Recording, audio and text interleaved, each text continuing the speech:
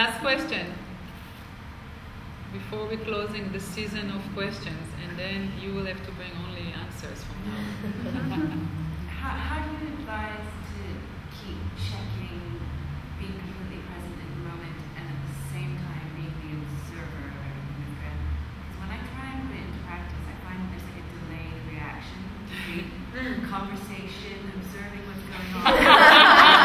You're there, exactly normal. It's Cute. But you see, really what makes you aware is being observer. You can separate it too, but what you do is, what most of us doing, you're too much in your mind. You try to make sense in your mind of a process that can be actually effortless if you don't try to make sense of it and understand it. You observing, you simply observing everything and yourself as well. In the observing, you have already the awareness. You don't need to observe yourself being aware. If you observe, you're aware. You understand? And then practice your old practices, like maybe don't evaluate everything as good and bad constantly. That already takes a lot of burden from your life, you know. But at the same time, you must evaluate something as good and bad, because on the physical world, this is how we survive. In every moment you evaluate, is this good food for me, or I'm going to have actually poison from this food? That's evaluation. Is it too cold outside that I need to take a coat, or I just go out and get the flu? That's evaluation. But if you are aware of evaluation when it's necessary and when it's not, you evaluate things that will help you to survive. And in the same times, you know that evaluation means nothing in terms of good and bad. That's the art of being on the spiritual path. Can you do it in the same moment without exhausting yourself? Are you writing all this? Because you think it's a good stuff. It's probably not a good stuff. You'll see you back. Like a mantra. Don't relate to your thoughts. If you observe, you are aware. But you understand, everything you will write there is actually dangerous, because you may go home and perceive it in a different way. Because what did you write there about thoughts? Don't relate to your thoughts. That's a dangerous statement. Because your thoughts actually can tell you a lot of stuff about your surviving. What about relate to the right thought in the right moment? Good or bad? Is that connected to good or bad? No, that's just about what's right in this moment. What about listening to your body? Yeah, listening to your body until you don't listen to your body, because your body, part of listening to your body will be, I'm not getting up this morning. And then you take a step further and feel the feeling that's in your body as to... And you watch, is it your body that says it, or your mind using your body now to create some laziness this morning so you don't have to do what you need to do? You know how often listening to the body is deceiving. The body is very sophisticated too. However, you can also listen to your body by listening to saying, okay, I'm feeling lazy, that's a thought. Okay, so what does lazy feel like? Am I feeling sluggish? What's this look like? Is it round? Is it square? Is it moving? What's it doing?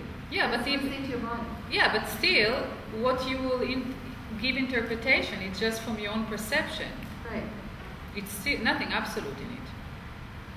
You understand? Listening to the body needs to be done in the right time. If you have a bullet in your leg and there is a war and you need to run away, and no, but that's where you have to see it. And you listen to your body and the body said, I can walk, I am in danger, you will stuck and you may be killed. But maybe the body said there is pain and you don't listen and you said, we are moving right now with the bullet in the leg.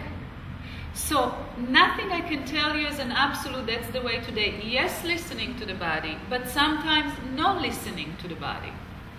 This is the thing, I can't give you an absolute way or answer, because what's right in one moment may not be right in the other moment. Okay. Simple as this. I hear you. It's the best thing that usually you know. I mean, if you're sitting there with a bullet in your body and an army coming after you, you want to get out of there. Not your body, maybe. Maybe your body said... That's like the fight and flight syndrome, right? It's danger. Not always. Fight and flight can sometimes freeze you. You can actually get frozen and you don't move. And if you become above this frozen body, you're like, okay, I am not listening to the body, I'm actually, and then people do miracles. Suddenly in situation that the body said, I can't, and you're like, you can, we're going to do it. So I don't say you're wrong. All I'm saying is, I don't want you to now create a new conclusion and hold on it. Oh, no, I hear that. Nothing is an absolute at any time. You listen to your body and sometimes you don't listen to the body, and you need to know when the body said enough or when the body said enough because it's lazy. When the body said, I can't take it anymore, it's my way, it's time to live this life, and you are actually listen to it and you give consideration and you said, okay, it's the end of life. Or when the body said, I cannot take it anymore, and you're like, you can, and we are going to heal you. Now, nobody can tell you when is when. That's the art of mastering. If you are outside of the mind that try to make sense and make things are sometimes foggy, and you tune intuition, and you see things as you see, there is time that you know it's time to go. That's it. My body tell me, we're done. And there is time that you will know, I'm not listening, I'm going to heal this body. And nobody can tell you when is when. That's what you call mastering? Yeah, you mastering the mind, it means you are the one that deciding in each moment what is value of what the mind tells you, mind and body, and when it's not value to you. Usually the mind is the dictating of our reality. And you have no choice. The mind said, I'm afraid. And you're like, I'm afraid. And you can say, no, I'm not. No, I'm afraid. No, you're not. Take deep inhale now. There are actions needs to be done. And so you're calling that mastering the mind. Yeah, but mastering the mind is mastering reality, because our reality perceived through the mind. So if you have a lot of fears all your life, reality is a scary things for you. But reality is neither scary or not scary. You understand? Yeah, so if you're mastering your feared mind, suddenly reality change. Got it. That's mastering. You're the master, not the mind. Thank you very much. Thank you. Have a nice evening.